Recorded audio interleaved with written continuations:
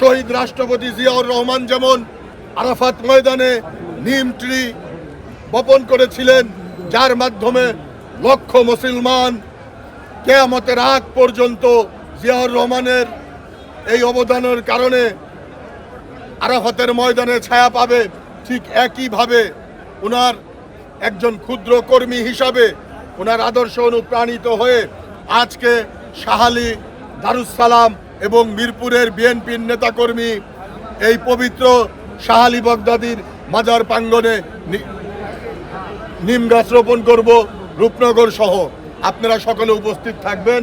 আমরা চাই এই নিম গাছের ছায়াতলে, এই নিম গাছের বাতাসে এই ঢাকা 14-এর জনগণ শারীরিক মানসিকভাবে উপকৃত হোক এবং আমরা সকলের দোয়া প্রার্থনা করি।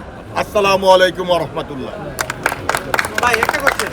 আমি একজন তৃণমূল থেকে বেড়ে ওঠা রাজনৈতিক কর্মী। প্রতীকের আশায় আমি রাজনীতি করি না। প্রত্যেকটা মানুষের জনপ্রতিনিধি হওয়ার আকাঙ্ক্ষা থাকে। আমি জনপ্রতিনিধি হতে চাই, আমি আপনাদের প্রতিনিধি হতে চাই। প্রতীক আমার কাছে মুখ্য বিষয় না।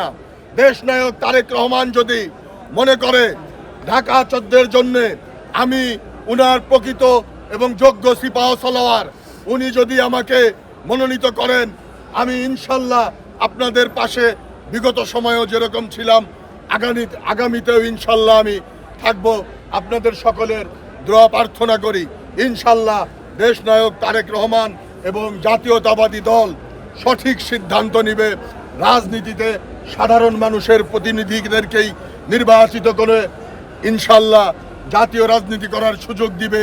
কোনো পৈতৃক উত্তরসূরির মাধ্যমে নয়, তৃণমূলের রাজনীতির মাধ্যমে যারা বেড়ে উঠেছে ইনশাল্লাহ বাংলাদেশের রাজনীতিতে তারাই প্রতিষ্ঠিত হবে।